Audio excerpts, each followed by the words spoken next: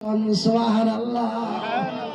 আমার বন্ধুরা দুনিয়ার বুকে এত কষ্ট করেছে, এত মেহনত করেছে, আখিরাতেও মিজানের গুররায় আল্লাহ পাকের নবী শুধুমাত্র ইয়া উম্মতি বলে কাঁদবে। কোন সুবহানাল্লাহ। নবী আমার ডাক দিয়ে বলবে, ও ফেরেশতা দাঁড়াও দাঁড়াও দাঁড়াও দাঁড়াও দাঁড়াও, আমার সামনে ওজন করো তো আমি দেখি কত গুনার পাল্লা ভারী হয়ে গেছে। হাদিসে পাকের মধ্যে এসেছে, কিতাবের মধ্যে লেখা রয়েছে, নবীর সামনে যখন একটি ওজন করা হবে, আল্লাহ রাব্বুল আলামিনের নবী এই শাহাদাত আঙ্গুলে দিয়ে কলিমা শাহাদাত এক টুকরা কাগজের মধ্যে নিয়ে ওই উম্মতের পাল্লায় যখন রেখে দেওয়া হবে, সঙ্গে সঙ্গে উম্মতের পাল্লা ভারী হয়ে যাবে। কোন সুবহানাল্লাহ। হাতে পায়ে জিঞ্জিরগুলো ছেড়ে দিয়ে ফেরেশতারা যখন চলে যাবে, নবীকে হাতে পায়ে জড়িয়ে ধরে বলবে, কে গো তুমি? তোমাকে তো কোনোদিন দেখি নাই, তোমাকে তো চিনি না, এত মুসিবতের সময়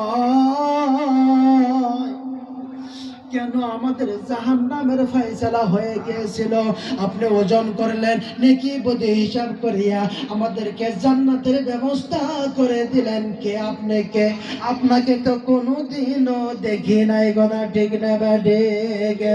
আমার বন্ধুরা বাবা না, নবী আমার ডাকতে বলবে, হে উম্মতেরা, দুনিয়ার বুকেও তোরা আমি নবীকে দেখতে পাও নাই, আমি নবীর যদি অনুসরণ করতে অবশ্যই আমি নবীকে দেখতে পারতে।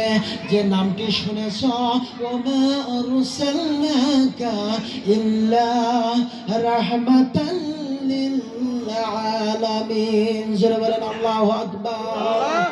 আমি সেই মানব যাকে আল্লাহ রাব্বুল আলামিন আল্লাহ রাব্বুল আলামিন যাকে রহমত হিসেবে দুনিয়ার বুকে মাবুস করেছিল, আমি সেই রহমাতুল লিল আলামিন, আমি সেই মুহাম্মদুর রাসূলুল্লাহ সাল্লাল্লাহু আলাইহি ওয়াসাল্লাম। সমস্ত উম্মতেরা হাতে পায়ে জিঞ্জির দিয়ে আল্লাহ রাসূলকে ছেড়ে দিয়ে আল্লাহ নবীর সঙ্গে ওই জান্নাতের মধ্যে চলে যাবে। কোন সুবহানাল্লাহ। ওই নবীর ইত্তেবা করার দরকার আছে না নাই?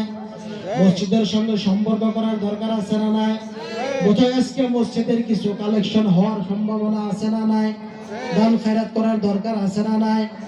আলেম ওলামার সঙ্গে মহব্বত করার দরকার আছে না নাই?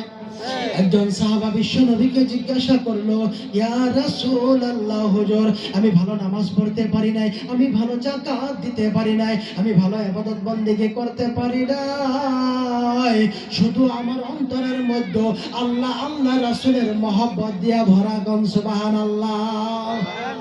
আল্লাহ নবী বললেন, এই দুনিয়ার বুকে যে যার সঙ্গে মহব্বত করবে গো, যার সঙ্গে ওঠা বসা করবে, যার সঙ্গে চলাফেরা করবে, কাল কিয়ামতের দিন তার সঙ্গে ওই বান্দার হাসর নাসর হয়ে যাবে। কোন সুবহানাল্লাহ।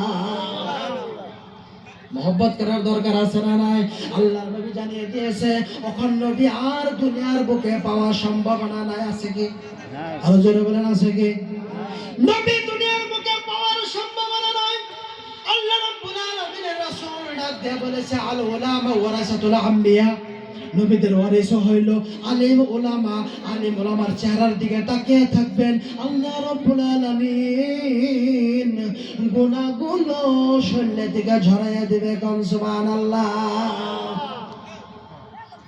ঝরাবে না নাই গো? যেভাবে ওযু করলে শরীরের গুনাহগুলো ঝরে পড়ে যায়, আপনি বিজ্ঞ আলিমের দিকে, হক্কানি আলিমের দিকে, আকাবিরের দিকে তাকিয়ে থাকবেন, আপনার হাতে পায়ে চোখের গুনাহগুলো ওরকম ভাবে জড়িয়া জড়িয়া জমিনে পড়ে যাবে। কোন সুবহানাল্লাহ। কারণ নবী আমার বলেছে, আমি নবীকে আর তোমরা দেখতে পারবে না, গতিকে আমি নবীকে যদি দেখতে চাও আমার উলামার সঙ্গে সম্পর্ক করো। কোন সুবহানাল্লাহ। উলামার সঙ্গে সম্পর্ক করো, গতিকে আলিম ওলামার সঙ্গে সম্পর্ক করার দরকার আছে না নাই? আরো জোরে বলেন, আছে না নাই? মসজিদের সঙ্গে সম্পর্ক করার আছে না নাই?